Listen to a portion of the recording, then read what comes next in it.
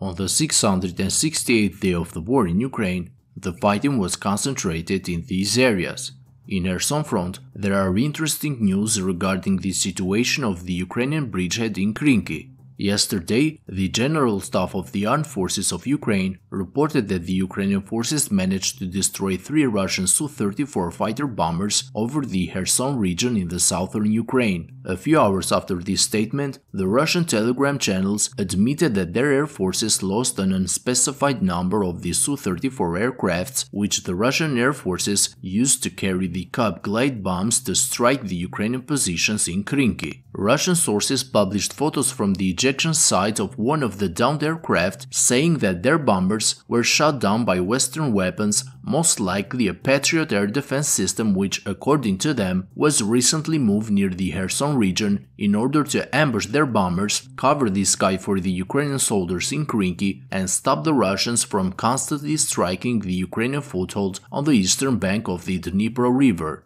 It seems that the surprise decision to move their best air defense system close to a front where the Russian fighter jets and bombers operate frequently is paying off, as after the 3 destroyed Su-34 bombers, the Ukrainian sources are now reporting that as of today at 2 p.m. local time, the Russians did not launch a single Kab glide bomb over the entire region, fearing that the Patriot system will bring down everything that flies within its range of 160 kilometers. By this time, Russians launched up to 20 of such units and averaged about 80 glide bombs during the entire day. Now, it is safe to say that as long as the Patriot system operates in Kherson front, the Ukrainians will control the sky over their bridgehead in Krynky, and the number of the Russian airstrikes over their position will be greatly reduced. Regarding the situation on the ground on this front, the Russian forces have recently tried many times to kick the Ukrainian soldiers out of the village, and apart from the non-stop airstrikes and artillery fire, the Russian army also involved a large number of tanks and armored vehicles in support of their troops to finish the operation of clearing Krynky. But despite all the danger, the Ukrainian forces were able to hold their ground, and with the help of the drone units which operate from the other bank of the Dnipro River, they have been able to inflict very heavy losses on the Russian armored units, and as seen on this footage, many BTR-82 armored personnel carriers of the Russian army were damaged and destroyed near the Ukrainian foothold in Krynky.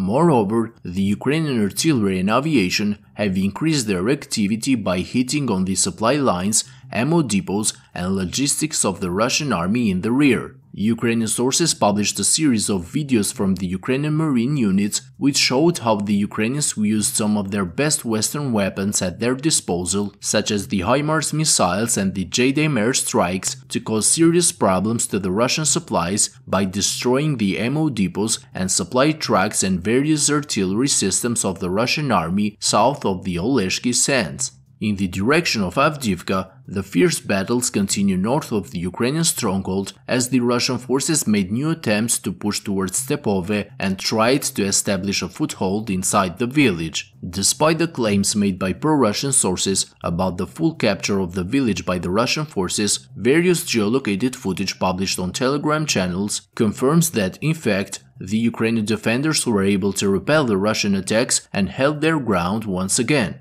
This time, the Russian army tried to take advantage of the fact that during the previous week, the Russian troops were able to establish control over some tree-line positions to the north of the village and used this new path to move their mechanized forces from the direction of Krasnohorivka and attack the village of Stepove from the north, hoping to penetrate the Ukrainian defenses and finally land the infantry forces and seize the central parts of the village and establish new positions on the partially destroyed buildings. However, Ukrainian forces were well prepared to meet the Russian threat near Stepove, and as shown on the footage published by Ukrainian sources, during the battles near the northern outskirts of Stepove, Russians lost at least 2 armored fighting vehicles and a tank, while more Russian equipment were damaged and destroyed by the Ukrainian FPV drone operators near the railway tracks northeast of Stepove. Another video showed the Bradley infantry fighting vehicles of the 47th Mechanized Brigade operating inside Stepove near the recently destroyed Russian equipment and firing fragmentation rounds over the Russian positions on the eastern edge of the village, proving that in fact the Russian forces were not able to gain any ground westward or set up a foothold on the central parts of the village.